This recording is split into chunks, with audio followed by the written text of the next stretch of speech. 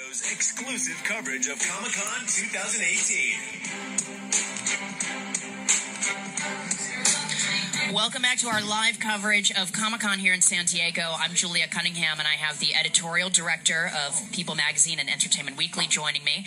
But also, guys, the cast behind Fantastic Beasts and the Crimes of Grindelwald. That was very People at Comic-Con are going insane. We heard the thunderous applause from your panel all the way across the street. It must have been pretty intense. I especially want to hear from some of the new cast members walking into this. Maybe Jude, we'll start with you. I mean, what was it like being in that room with the thunderous applause? Overwhelming. Yeah. Exhilarating, fun. It was the first time the penny dropped that I was in a film in this franchise. Really, the noise and the warm reception was overwhelming. Had any of you guys sort of been warned about it? Because a new trailer just premiered an hour ago, and there were already blogs deciphering every second of it. You know what I mean? Are you aware of that sort of just intensity with this? It's really it teaches us quite a lot. Yeah. There's so many things on this film, like the props, when you're working with them, like the newspapers and things, and some of the graphics, that when you're filming, you just take it for granted, and then you watch people scrutinize it in the trailer, that's what that meant. That's what it meant. Wow. So, Eddie's like, that was just a prop. I don't know what you're talking about. Eddie, would you sort of set us up what have we learned now? Because now sort of we've gotten a little bit of the plot through this new updated trailer, but where can you lead us? You are Newt's commander. You sort of lead this pack. So from the end of the last movie, it's about 6, 7, 8 months, and Newt's book has come out. He's become quite sort of successful, and he's dying to get back to New York to find this one. That'll be Tina. Yeah, arms crossed, eye rolling. But meanwhile, Grindelwald has started amassing this troop of people who believe that purebloods should reign over all muggles, and it's time for everyone to pick sides. And Dumbledore can't, as the trailer kind of infers, can't fight against Grindelwald, and so he enlists old Newt to go with his troop who are surrounding me to try and sort of take him down. But it's so much more complex than that.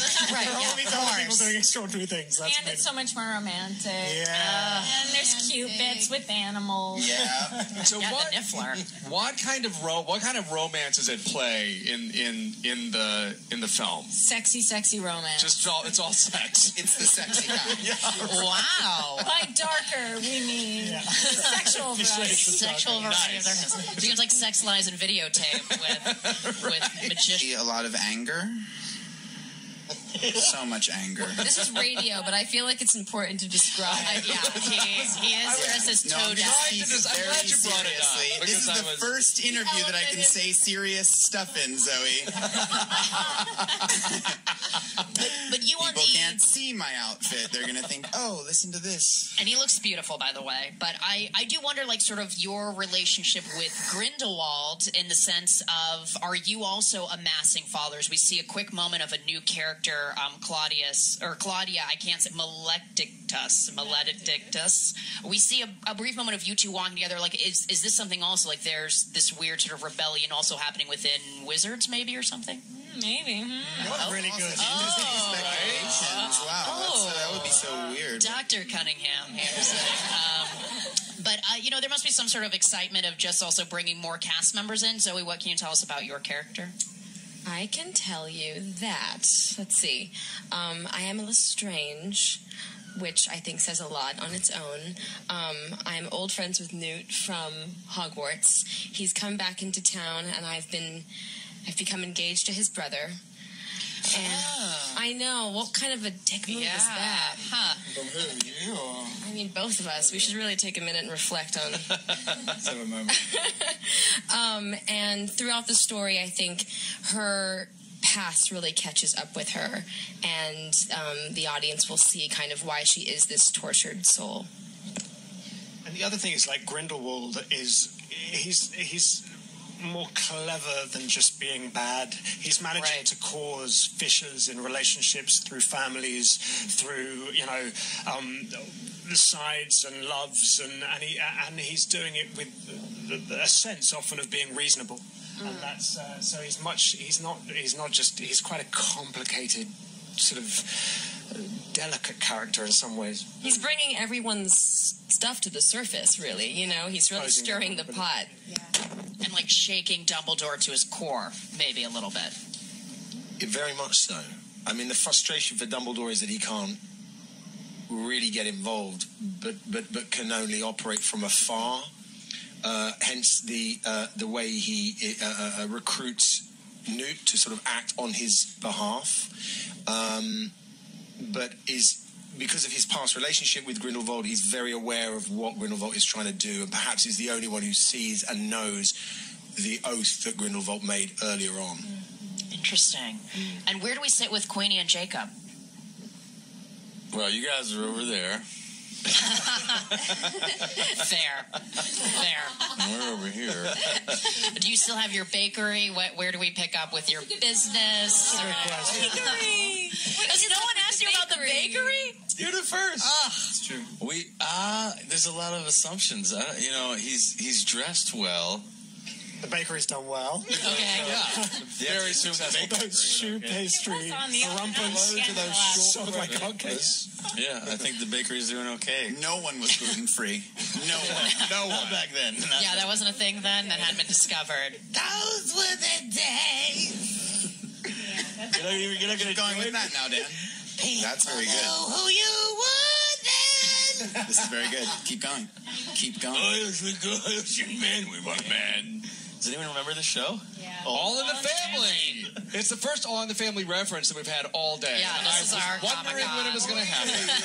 Finally. Well, you'd be surprised. Yesterday we talked about movie musicals for 45 minutes instead of full-on. Yeah, it was 45 minutes on Lucille Ball and Mame. Yeah. Wow. People turned away in droves. We were into it. Exactly, yeah. Were there any new beasts that you guys were excited about? Because obviously Fantastic Beasts draws up, I assume there must be new beasts. I mean, I'm a huge fan, obviously, of Niffler and things like, but like, what do we see? Can you describe some of the new creatures that will... There's baby Nifflers. Oh my gosh. Oh my god. Like holding one single gold coin or something, like a tiny diamond. Freaking sweet. A tiny diamond. Oh. Allison, what's happening with Queenie? What are we gonna? What's her development to this? Yeah, this is a question I can't really say much about. Wow.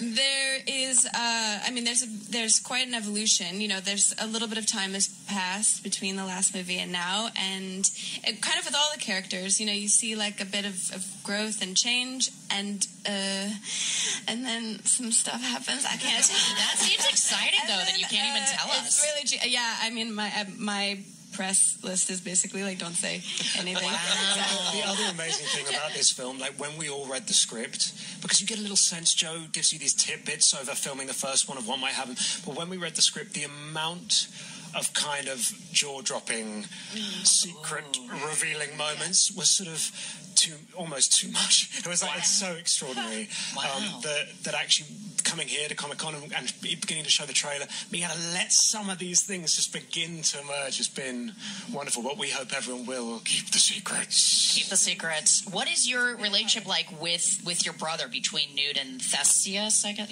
Theseus.